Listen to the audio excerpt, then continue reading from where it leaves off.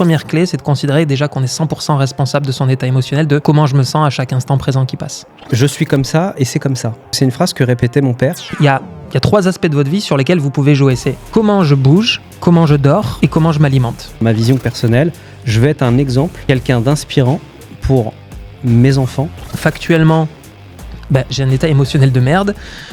Qu'est-ce que je peux faire maintenant pour que ça aille mieux ? Des fois, j'ai le sentiment qu'on se répète des choses qui nourrissent un état qui nous empêche finalement de progresser, de grandir. Ce que j'aurais aimé savoir à 20 ans, justement, c'est que on sait pas ce qu'on sait pas. Et tu vois, là, à 40 ans, je pense qu'il m'a fallu 20 ans d'expérience pour comprendre ça. Mais là, il y en a qui vont peut-être pouvoir faire des raccourcis, non ? Qu'est-ce que t'en penses ? C'est parti, hein ? Let's go pour les raccourcis. C'est parti.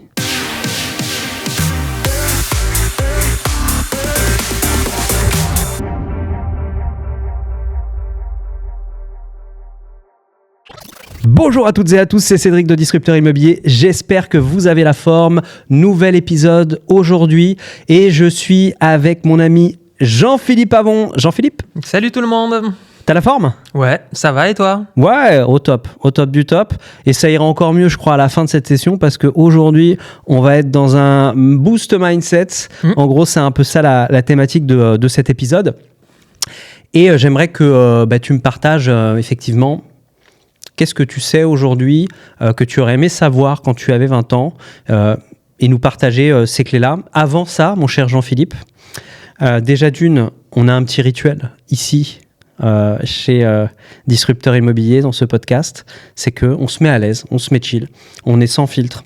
Et pour ça, on va faire une première action, si tu le veux bien. Tu te souviens, c'est quoi ? Oui, alors il y a une histoire de pantalon. Oui, il faut enlever ses chaussures. Exactement. C'est pas encore le pantalon. On a dit que ce serait plutôt vers la 5e, 6e. C'est après. Chaussures. Hop là. Donc mets-toi à l'aise, mon petit Jean-Philippe.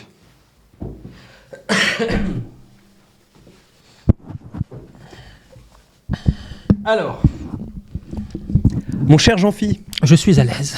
Tu es à l'aise ? Je suis à l'aise. Super. T'es déjà venu dans cette émission ? Je suis à l'aise. Et calme-toi, Jean-Phi.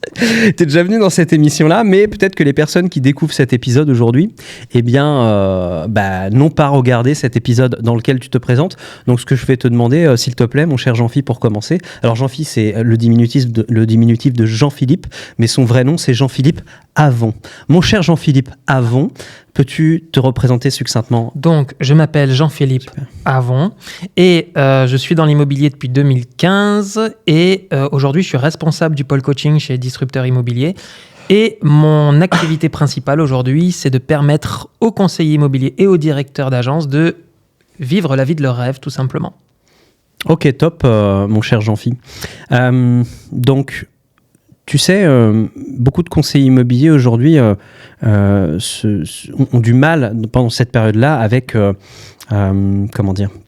avec le mindset, avec l'état d'esprit. On se rend compte parce que justement, on coach pas mal de monde.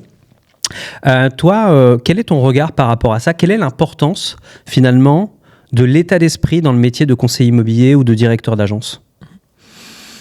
Alors pour le métier de conseiller immobilier, pour moi, c'est vraiment 80% effectivement de mindset. Quasiment tout est basé sur le mindset et j'ai envie de dire que tous les conseillers immobiliers que j'accompagne, tout ce qu'on fait est basé sur l'état d'esprit et l'état émotionnel de la personne.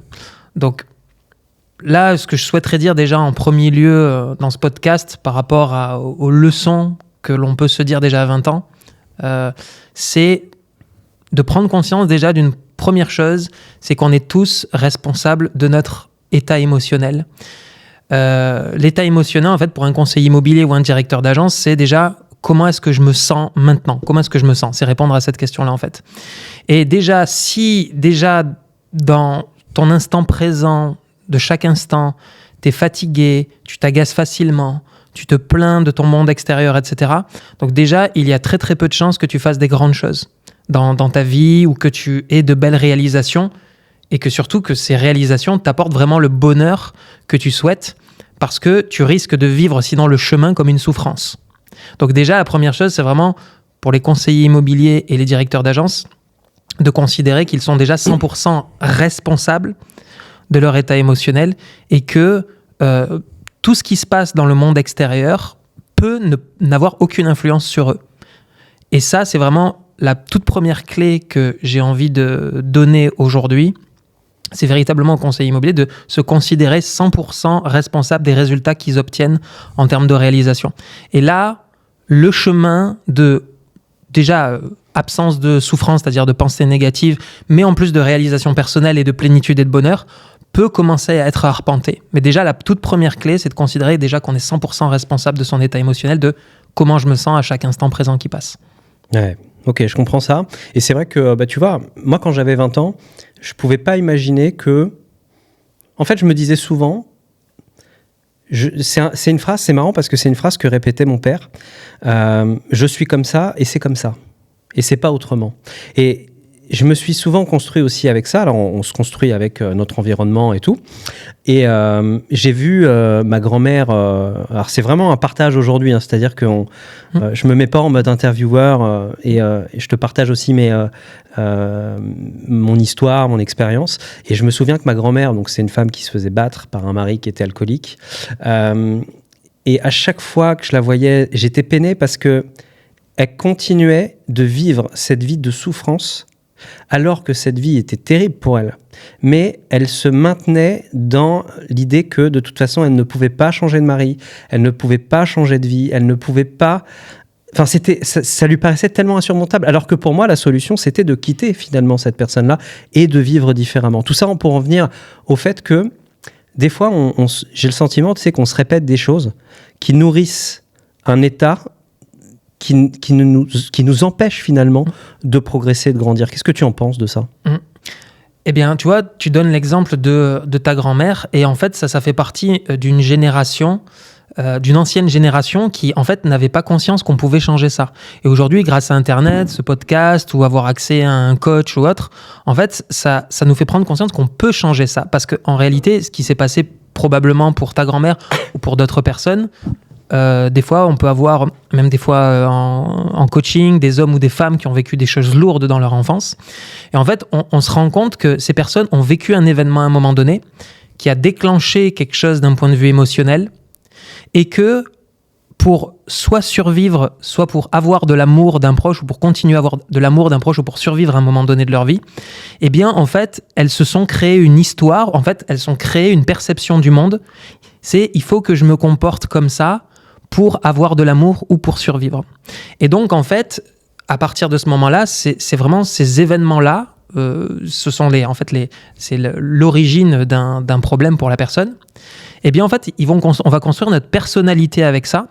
Et on se rend compte que cette personnalité qui, à un moment donné de notre vie, nous a aidés parce que c'est une histoire que l'on s'est racontée, que l'on a créée parce qu'on a perçu que c'était la meilleure façon pour nous de réagir par rapport à une situation, quelque chose qui nous a sauvés à un moment donné de notre vie et qui va aussi générer des qualités chez nous. Par exemple, tu es perfectionniste peut-être parce que tu as peur de ne pas être parfaite ou peur de ne pas être assez, etc.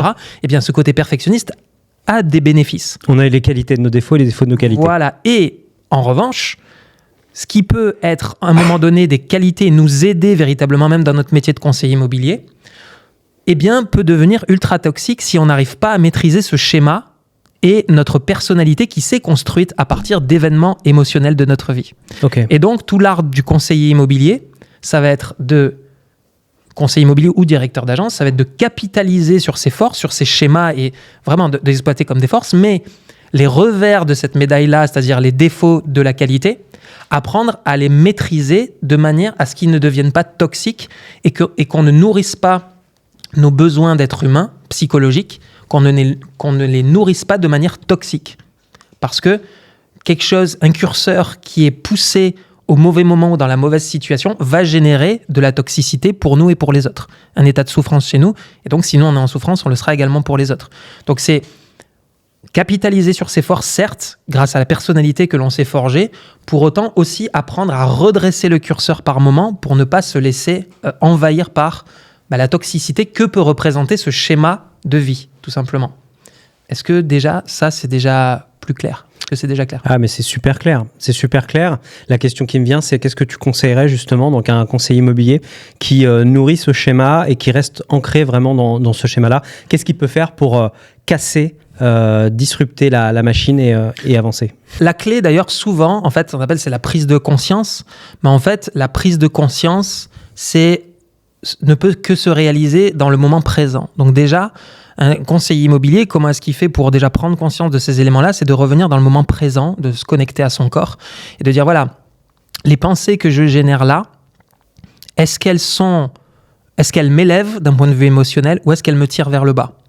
Et en fonction de la réponse que je vais apporter, ça va nous donner déjà une idée sur l'échelle émotionnelle, où est-ce qu'on se trouve plutôt dans la joie ou plutôt dans la colère, la tristesse, etc. Ouais. Parce qu'en fait, dans le moment présent, on va se dire, c'est quoi mon état émotionnel? Okay. Et donc, en prenant cette prise de conscience-là, ça va nous permettre de se dire, OK, factuellement, j'ai un état émotionnel de merde. Qu'est-ce que je peux faire maintenant pour que ça aille mieux? Donc déjà, pour prendre soin de son état émotionnel, en fait, c'est tout au long de la journée qu'on prend soin de son état émotionnel. Ouais. Ça commence déjà dès le matin. Ça peut commencer par des rituels.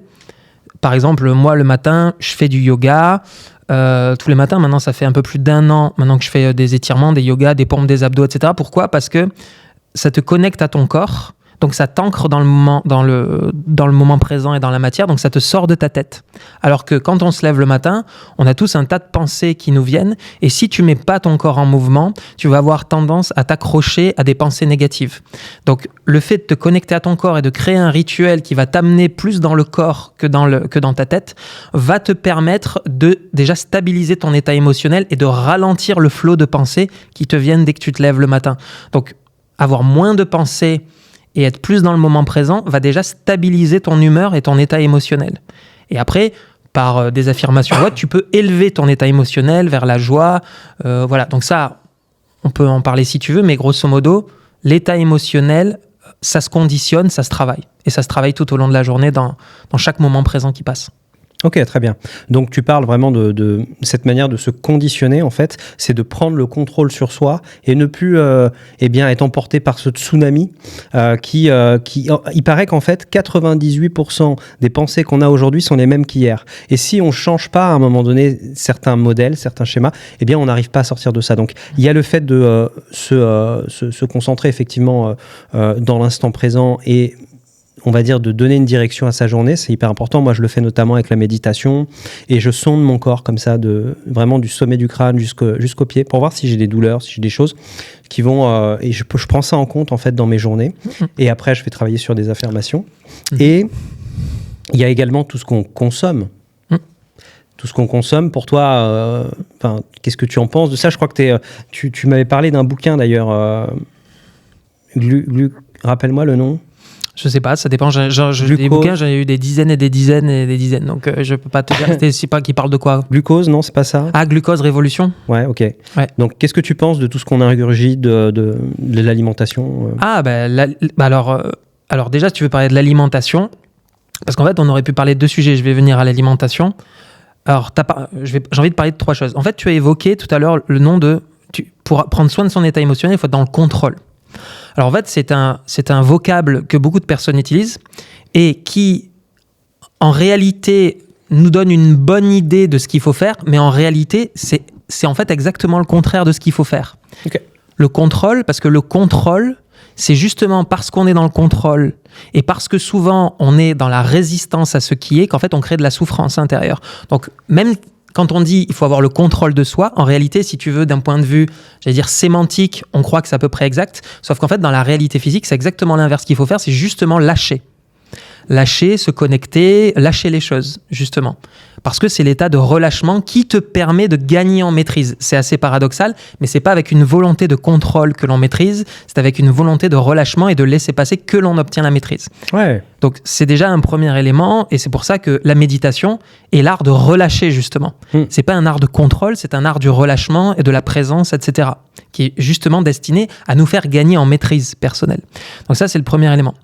Deuxième élément qui est, tu parlais du monde extérieur et ce que l'on ingurgite, c'est que dans le développement personnel, on insiste énormément sur vous pouvez réaliser tout ce que vous voulez, vous pouvez réaliser la vie de vos rêves, etc. Et c'est vrai. Simplement, beaucoup trop de conseillers immobiliers ont tendance à sous-estimer l'importance de l'environnement. Parce que c'est beaucoup plus facile, tu pourras toujours naviguer en mer par temps calme ou avec du vent. Ouais. Mais c'est sûr que c'est moins facile avec du vent que par temps calme. Et donc, c'est à toi de faire en sorte, dans ton environnement de travail, de travailler en mer calme et pas dans des vents contraires. Donc concrètement, qu'est-ce que ça veut dire, par exemple, pour un conseiller immobilier ? C'est par exemple, il est bien plus favorable de travailler dans un coworking, dans un bureau fermé, plutôt que de chez soi, en plein milieu du salon, avec les dossiers en bordel dessus. Ça, c'est se créer un environnement. Et quand on est chez soi, c'est l'état de vent et de tempête, naviguer en pleine tempête, alors que naviguer en mer calme, c'est être au coworking, dans un bureau fermé, etc. Donc, bien que le développement personnel soit absolument essentiel, être vraiment dans un développement personnel, c'est aussi faire attention à son environnement et pas uniquement que oui, je suis capable de tout. Voilà. Et donc ça, c'était le deuxième élément. Et le troisième élément sur lequel je souhaitais rebondir, c'est sur l'alimentation par rapport à l'état émotionnel. Ouais. C'est que on mange beaucoup trop évidemment de sucre. Maintenant, les gens commencent vraiment à être conscients. Donc, si vous voulez déjà un ouvrage, donc c'est Glucose Révolution de Jesse Inchauspé, qui en fait regroupe depuis 2015 toutes les études scientifiques qui ont été faites sur le sujet au niveau du glucose et surtout les effets du glucose sur notre état émotionnel, justement. Par exemple, le fait le matin que l'on commence par du sucré, du pain au chocolat ou viennoiserie ou du pain blanc, eh bien en fait, ça va créer un pic glycémique, un pic de glycémie dans le sang. Et ce pic glycémique va stimuler en fait une réaction du pancréas qui va sécréter de l'insuline. Et donc, du coup, comme on va monter en glycémie parce qu'on va augmenter le taux de sucre dans le sang à cause du pain au chocolat, eh bien, en fait, on va pomper énormément d'insuline pour faire redescendre ce taux de glycémie et le stabiliser. Sauf que le corps va énormément envoyer d'insuline et donc, ça va provoquer ce qu'on appelle un crash glycémique. Et c'est ce crash glycémique qui est responsable de nos sautes d'humeur, de nos fringales, parce qu'en fait, on tombe en état d'hypoglycémie. Parce que la surréaction de l'insuline va faire qu'on va se retrouver en état d'hypoglycémie. Donc, on va manquer d'énergie, on va être de mauvaise humeur, etc.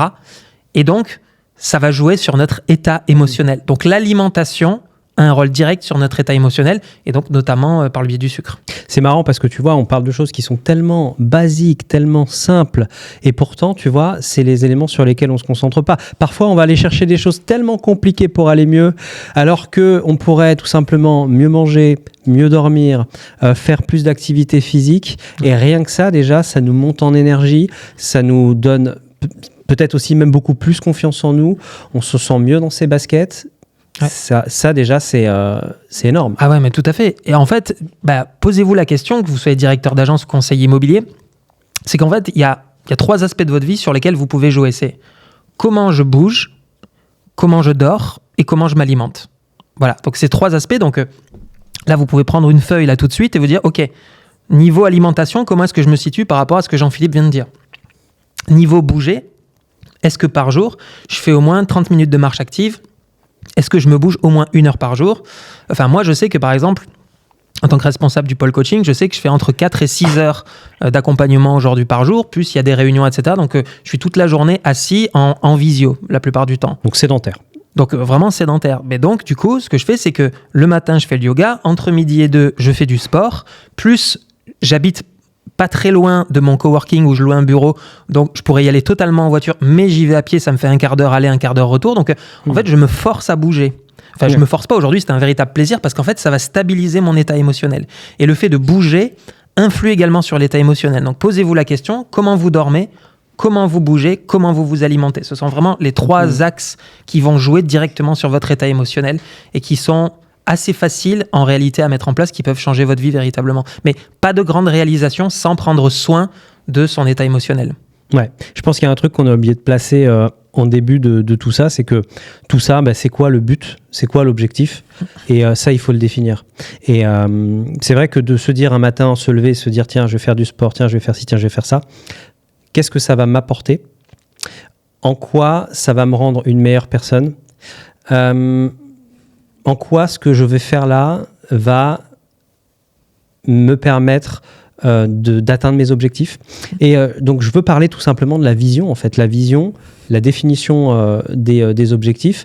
Ça, clairement, quand j'étais plus jeune, je pense que si j'avais su ça à 20 ans, ça m'aurait grandement fait avancer. Et cette notion de vision pour soi, donc on en parle beaucoup aujourd'hui, vu que c'est déjà les premiers, on va dire, piliers, les premières pierres à l'édifice que l'on construit avec nos coachés. La vision pour soi, on a également la vision pour les autres, la vision pour nos clients, la vision pour nos collaborateurs. Ça, finalement, ça nous donne un cap, ça reste abstrait. Et de là, on fait découler les objectifs. Et moi, par exemple, je veux, tu vois, dans ma vision personnelle, je veux être un exemple, quelqu'un d'inspirant pour mes enfants. Parce que voilà, tu connais mon passif, j'étais dans les addictions, je suis tombé extrêmement bas, j'étais en dépression.